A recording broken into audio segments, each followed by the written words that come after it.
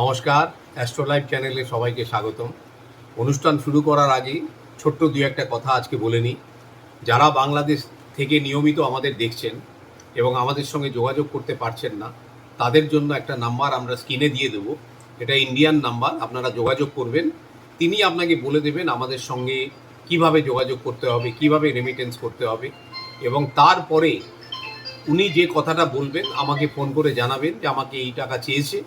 আমরা যখন আপনাকে সম্মতি দেব তখনই তাকে আপনারা পেমেন্ট করবেন।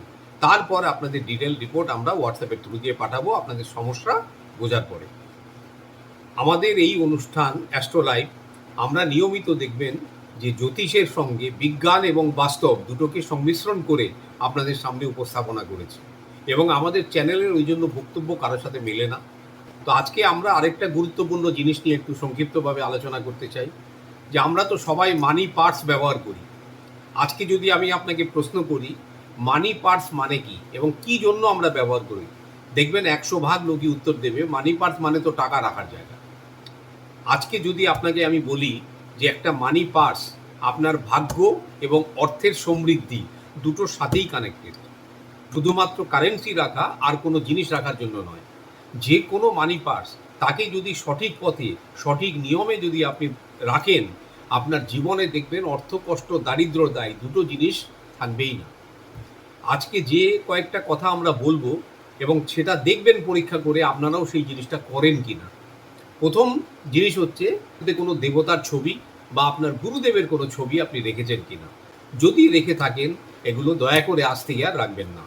কারণটা আপনাকে বলছি, যখনই কোনো ঈশ্বরের ছবি বা আপনার গুরু, সেও আপনার একরকম ঈশ্বর, তাকে যখন আপনি ফোল্ড করে আপনার পকেটে ক্যারি করেন বা আপনার ব্যাগে ক্যারি করেন, যেখানে আপনার টিফিন থাকে, লাঞ্চ থাকে, এবং যে কোনো স্থানে রাখেন, সেই জিনিসের যে যা হয় এনার্জি সেগুলো কিন্তু বহুলাংশে নষ্ট হয়ে যায়।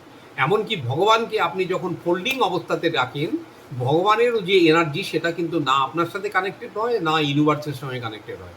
যে আপনারা যদি কোনো ঈশ্বরের ছবি বা গুরুদেবের ছবি রেখে থাকেন সেগুলোকে ইমিডিয়েটলি রিমুভ করবেন। 2 নম্বর জিনিস হচ্ছে আপনি কি রাখতে পারেন, আপনার ফ্যামিলির মানে যতজন সদস্য তার কিন্তু একটা ছবি অতি অবশ্যই আপনি মানি ব্যাগের মধ্যে রাখতে পারেন।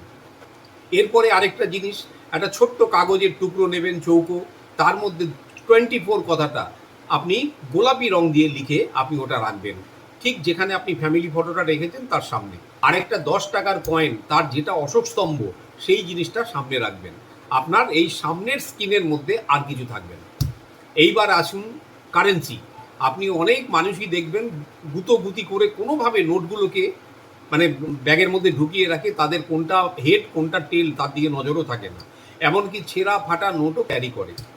দেখবেন যেদিকে হেড যেদিকে টেল সেগুলোকে একত্রিত করে এবং সিকোয়েন্স অনুযায়ী 100-র পরে 50, তারপরে 20, তারপরে 10, এইভাবে। এই না যে আপনি 100-র সাথে একটা 20, তারপরে আবার 50, আবার 10 নিয়ে এলেন। বহু মানুষ কিন্তু এইরকমই করে। যে ছেঁড়া ফাটা নোট সেগুলো ব্যাগ থেকে রিমুভ করে আপনি অন্যত্র রাখুন, যে আপনার ব্যাগের মধ্যে মানি পার্সের মধ্যে কারেন্সি আর খুচরো পয়সা এটা ব্যতীত আপনি একমাত্র রাখতে পারেন ফ্যামিলি ফটো। যদি কোনো অনাবশ্যিক কোনো কাগজপত্র রাখেন, যেমন মনে করুন মেডিকেল স্লিপ, তারপরে মনে করুন পেট্রোল বিল, তারপরে যে কোনো বিল, এই জাতীয় জিনিসে যদি আপনার পার্স ভর্তি থাকে, আপনি জানবেন আপনার অর্থহানি অনিবার্য এবং আপনার মানি ব্যাগটি নষ্টও হতে পারে এবং খোয়া যেতে পারে। এগুলো একদম কনফার্ম। আজকেই চেষ্টা করুন মানি ব্যাগটা প্রথমে একদম সবকটা জিনিস বের করে পুরো খালি করার পরে দেখুন কিচ্ছু থাকবে না, তার ভেতরে একটু গোলাপের আতর 4টে দিকে ভেতরে লাগিয়ে দেবেন, পয়সার জায়গায় টাকার জায়গায়। তারপর আপনি একে একে কারেন্সিগুলো রাখুন আর কয়েনগুলো রাখুন। যে 1 গ্রাম সোনার একটা চৌকো টুকরো আপনি পারলে মানি ব্যাগের মধ্যে একটা জিপারের মধ্যে রাখুন। এই সোনা যদি আপনি যেদিন থেকে রাখা আরম্ভ করবেন 1-1.5 মাসের মধ্যে বুঝতে পারবেন যে এটা আপনার অনাবশ্যিক খরচ হয়নি এবং এ কিন্তু ধন আকর্ষণ করতেই থাকবে। একবারে হয়তো আপনার 9-10 হাজার টাকা খরচা হবে, কিন্তু যদি সম্ভব হয় একটা সোনার টুকরো অতি অবশ্যই রাখবেন। যাদের একদম সামর্থ্য নেই তারা একটা পিতলের টুকরো রাখবেন ঠিক স্কোয়ার। মানি পার্সের রং কাচেরি কালার, ব্রাউন কালার, না পেলে কালো রঙও চলতে পারে, সবুজ কালারও ভালো। অন্যান্য কোনো কালারের মধ্যে সাদা কালারের মধ্যে যাবেন না, একেবারে লাইট কালার। বাকি কালারও খুব একটা অশুভ কিছু নয়। মানি পার্স খেয়াল রাখবেন ফেটে যাওয়া, ছিঁড়ে যাওয়া ইত্যাদিভাবে কোনো রকমভাবে যদি দেখতে পান, ওটাকে রিপ্লেস করবেন এবং সেই পুরনো মানি পার্সটা পারলে প্রবাহিত কোনো জলে দিয়ে দেবেন, যেখানে যেখানে ফেলবেন না, নোংরার জায়গায়।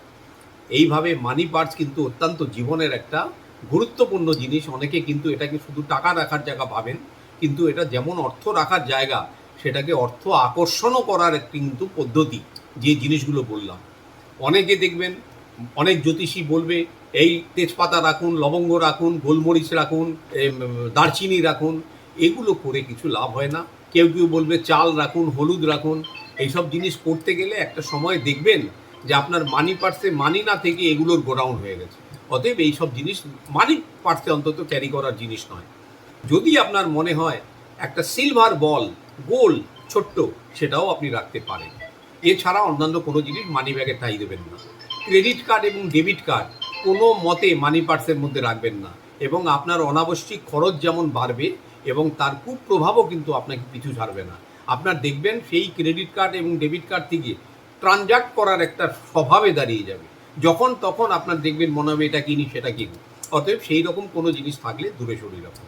মানি পার্সকে সঠিকভাবে সঠিক পথে ব্যবহার করুন, দেখবেন মা লক্ষ্মী আপনার ঘরে চিরস্থায়ীভাবে বসবাস করবেন। নমস্কার, সবাই ভালো থাকুন। ওম নমঃ শিবায়।